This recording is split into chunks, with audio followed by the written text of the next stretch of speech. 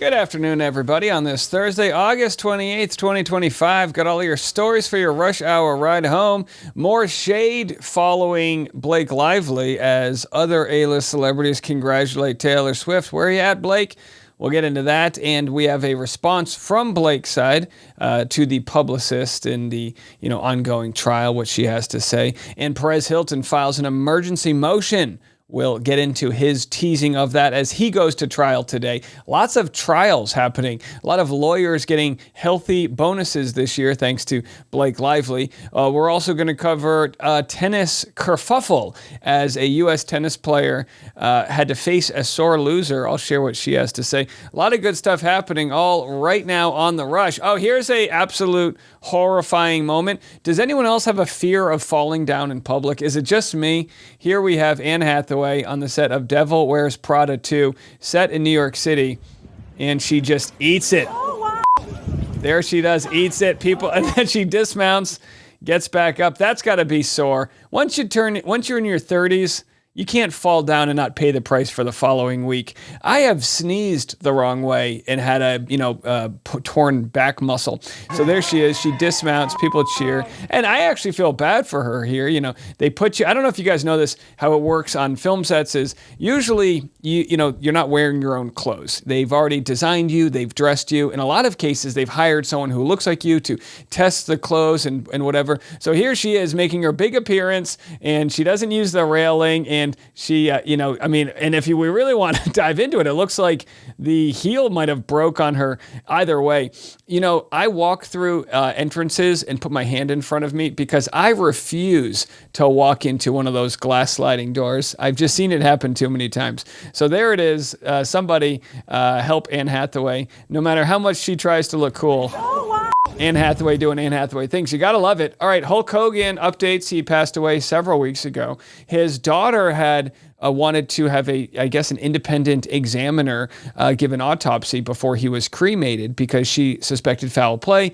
She then said she didn't think there was foul play. Well, now Hulk Hogan's widow, his latest one, planning to file malpractice suit over death, apparently because of a surgery he got several months ago on his neck. No details about what might have, how that might have led to his death. But again, sad story. We'll follow that. Now, here we have Jelena or Helena, I'm not sure how she pronounces it, Helena Ostapenko telling Taylor Townsend she has no class and education after losing against her at the U.S. Open. I mean, to me, this feels kind of racist. This just feels kind of racist. And by the way, here's Taylor Townsend wearing some sort of Guy Fieri style dress. I love it. I absolutely love it. You got to make a name for yourself. And if you're trying to intimidate your opponent, wear flames on your skirt. I mean, I should be wearing flames. I should have a flaming t-shirt that I wear. I should look like a flaming hot Cheeto as I deliver the news. But here is what Taylor had to say about this kerfuffle. So here it is. Taylor on top here just wins. She's excited. She wins the round, whatever. And then she does this handshake with the lady. But now the lady, this Helena Ostapenko, very upset. And she's from Latvia. These Latvians, I don't know. I don't know about these Latvian ladies. Justice for nice Latvians. So either way, Helena's ranked 25th. It looks as though Taylor Townsend not ranked at all. So maybe this sore loser Latvian starts wagging her finger at her, and they really went at it. And this is at the U.S. Open. Either way, here is what Taylor Townsend had to say. And to see what happens if we play each other outside of the U.S. And So Helena told Taylor, you have no class. I said, I'm excited, bring it. So I can't speak on how she felt about it. That's something that you're going to have to ask her. I didn't take it in that way. But also, that has been a stigma in our community of, being not educated and all the things when it's the furthest thing from the truth. That's what I'm saying here. I don't know anything else. I'm just watching this, calling balls and strikes, or in this case, calling in or out, love or no love. Okay, as far as tennis is concerned, all love here. And it's like, look, what does education have to do with playing tennis? You either win the game or you lose the match. You either win the match or you lose the match. So for a white chick from Latvia to tell a black American woman you have no education, my question would be, could you please further explain yourself? I'd like to know more about what you're talking about, my lack of education. And the thing that I'm the most proud of is that I let my racket talk, because ultimately I'm the one here sitting in front of you guys, moving on to the next round. Boom. She also let the dress talk. En fuego, dress. Getting the next check, moving on, being able to still be here and speak to you guys. And that's what's the most important. She's packed up and she's gone. I'm here. And so Taylor hits her with a thank you so much. And yeah, on behalf of all Americans, F that Latvian. We're Taylor Townsend fans now. I've, to be quite honest, never heard of Taylor Townsend in my life. I'm not big in the tennis world, although I do like a good, get me to the quarter finale and I'll start following along. But this could be great for her career to come out there and have the country rooting her on. All right, and from Taylor Townsend to Selena Gomez, all in for Taylor Swift reacts to Swift and Kelsey's engagement. Now, this isn't a big deal. This is just me throwing jabs here, but it's interesting to see Taylor Swift, of course, friends come around when besties get engaged. Oh my gosh, amazing.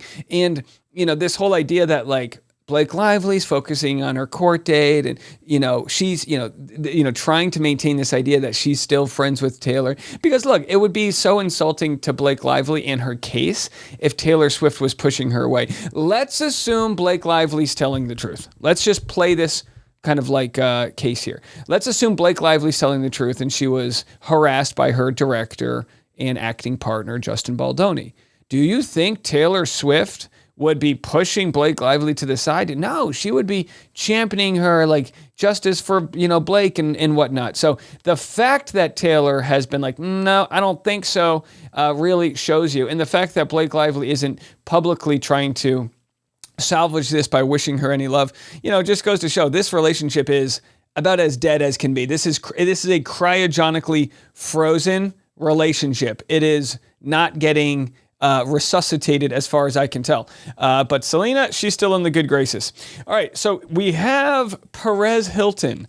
And I got to tell you, I like this guy. I love anybody, or I should say this. I respect anybody in entertainment who's able to make a name for themselves, have a career, regardless about what you do, and maintain that career. It's a tough world keeping that attention on you. And Perez does this very sort of main character energy pop culture thing where he's become part of the story. He's been subpoenaed here, and I like it. I'm all about it. Perez is from a generation in entertainment, the blogosphere, that was a tough time to, it was kind of brutal out there. He's made his amends. He's, apologized for what he's done wrong and what he's been a part of, and he's still working. And I think that says a lot about his, persistence.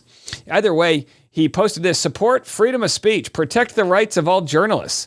Celebrity power versus a reporter's voice. Blake Lively has subpoenaed journalist Perez Hilton. If enforced, it could set a dangerous precedent, forcing reporters to reveal sources and silencing independent voices. This subpoena threatens every journalist's right to report freely without fear of retaliation. The stakes are high. The outcome could chill speech and weaken protections for media nationwide, undermining the public's right to know.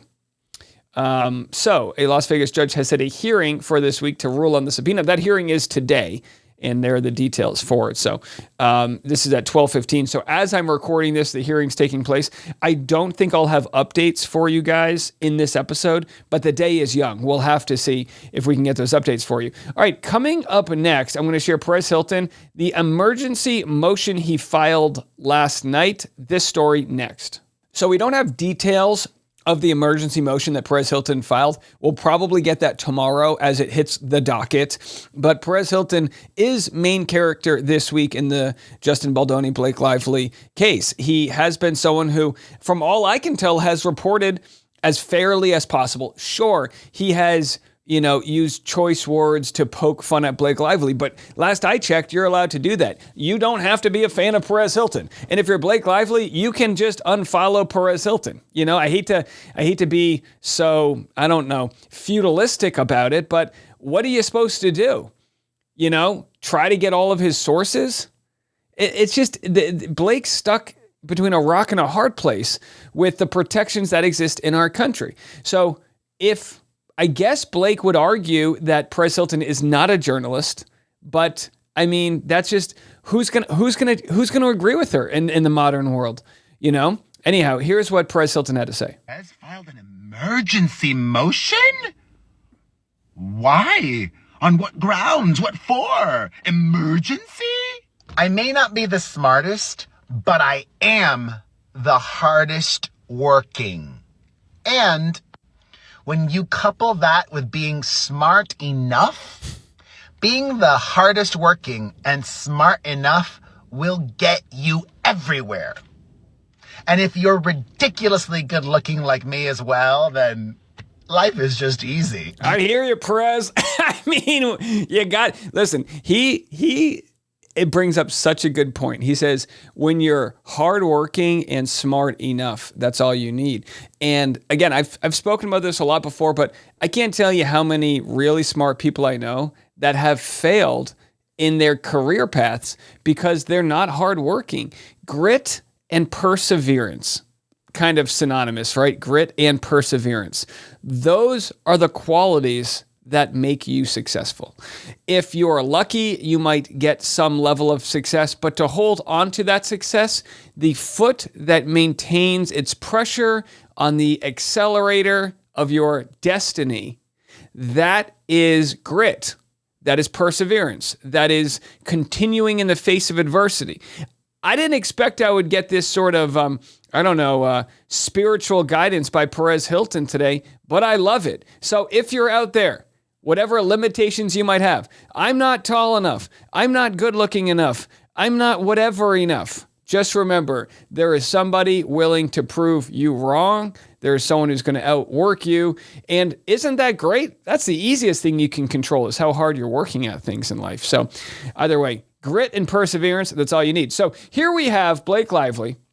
I'm going to pull this up right now. Blake Lively versus Jed Wallace. This is one of the many angles of the case going on. Memo of law in opposition to Jed Wallace. So Jed Wallace is trying to file a motion to dismiss, and she's saying, no, you're not going to do that. So I'm just going to read what Blake Lively had to say here. We're not going to get into all the nitty or all of the gritty. Introduction, Jed Wallace, and again, this is from Blake Lively. Jed Wallace and his company, Straight Relations, continued to deny they had anything to do with defendant Justin Baldoni's conspiracy to retaliate against plaintiff Blake Lively for speaking out about Mr. Baldoni and Mr. Heath's misconduct on the set of It Ends With Us. Whew, that's an opening sentence. According to the Wallace defendants, any such conspiracy did not involve Wallace, who they claim was merely monitoring social media in exchange for $30,000 per month. While Mr. Wallace does not deny telling co-defendants Melissa Nathan that they were crushing it on Reddit, he now claims it was only to support his recommendation that the Wayfair parties do nothing on social media. So here we have Blake Lively saying, isn't it rich that he got paid $30,000 a month? Clearly, he was doing more than monitoring Reddit. And it's like, no offense, Blake, you got paid several $1,000,000 to memorize some dialogue and say it in front of a camera. So let's not pretend like 30 grand a month is some crazy amount of money when you got paid 100 times that to, wear some fancy florals and, dance in a jumpsuit, and bite Justin Baldoni's lip and say that his nose is too big. All those things that she did, right? Mr. Wallace's current self-serving narrative is irreconcilable, excuse me, with what Mr. Wallace and the Wayfair parties confessed in private in August of 2024. As detailed in the second amended complaint, Mr. Wallace had all the info regarding the Wayfair party situation, including a copy of the protections returned to product. So their response, right? Baldoni's response and Jed's response has been, we didn't need to do anything. The internet was already defending us. They looked into it, and when it was time to hire them, it was like, we did our auditing and things are fine. We shouldn't touch this. That's their claim. So either way, Tag pitched the Wayfair parties on a social attack against Miss Lively, though Tag, the Wayfair parties, received a quote from the Wallace defendants for nearly $100,000 worth of the services that the Wallace defendants proposed to execute without fingerprints, which included leveraging relationships with Discord, Reddit, X, Instagram, TikTok, YouTube, to expose behavior of Blake and other parties, both current and past, and engage directly with communications to adjust or influence the conversation taking place in real time. So there was this pitch, and this is what Blake Lively's side is hung up on. They pitched that they could do this for $100,000 a month. Baldoni's side said, no, we don't want to do that. We don't want to attack her. It seemed in multiple ways that Baldoni's side just wanted enough heat for them to continue to defend themselves and not bury her. Probably because he knew that they could bury her. And why would they want to bury her when they need her to promote their film? She could pull the plug on promoting the film. She could probably pull the plug on getting Taylor Swift's song in the movie. Mr. Wallace chimed in, confirming that this is our wheelhouse and have it prioritized across all platform-specific specialists working for me.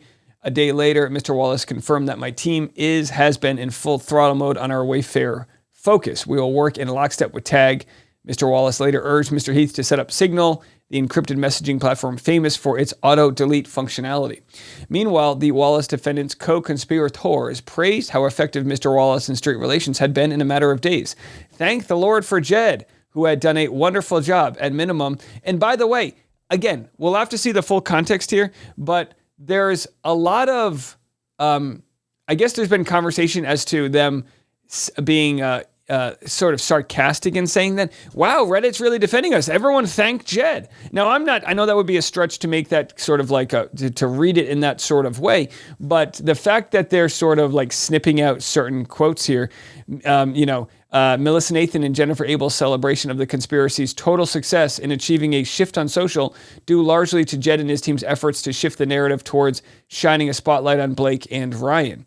And again, what does that mean, shining a spotlight on Blake and Ryan? Shifting the efforts, if Blake can prove that they shifted efforts in a way that was defamatory for her, then she can prove the smear campaign. But that's like, the whole internet, that was following this case has been anti-Blake, from the way she marketed the film to unearthed past interviews, none of which ties back to Baldoni's side. It's almost just by coincidence that as she was kind of making missteps in her promotion, that the internet was starting to push back on her. Meanwhile, Baldoni's side was also, preparing a defense in case she was going to, get the Swifties on him. So it continues, but it's, again, all in all, pretty much the same style of conflation, it seems, from Blake Lively. Again, it'll be fascinating to see how this plays out when it does go to trial, because you're going to have a jury who's going to be forced to really, piece a lot of things together. And if you're the accuser, like Blake Lively, you're going to need more evidence than that to just loosely place up, piece things together. Now, if the jury was full of people like my mom and dad who know nothing about social media, nothing about how PR works and whatnot, maybe Blake can slip some doubt by some of them. But again, it's a lot of accusation to make with very little tangible evidence. All right, coming up next, we've got Gavin Newsom, the response to his surge in the polling for the presidential primary. I know, it's a lot. It's it's like, can we get somebody else? Maybe not. Maybe this is the only guy willing to, and is prepared to battle in the, the mud pit, as it were. We'll have that story next.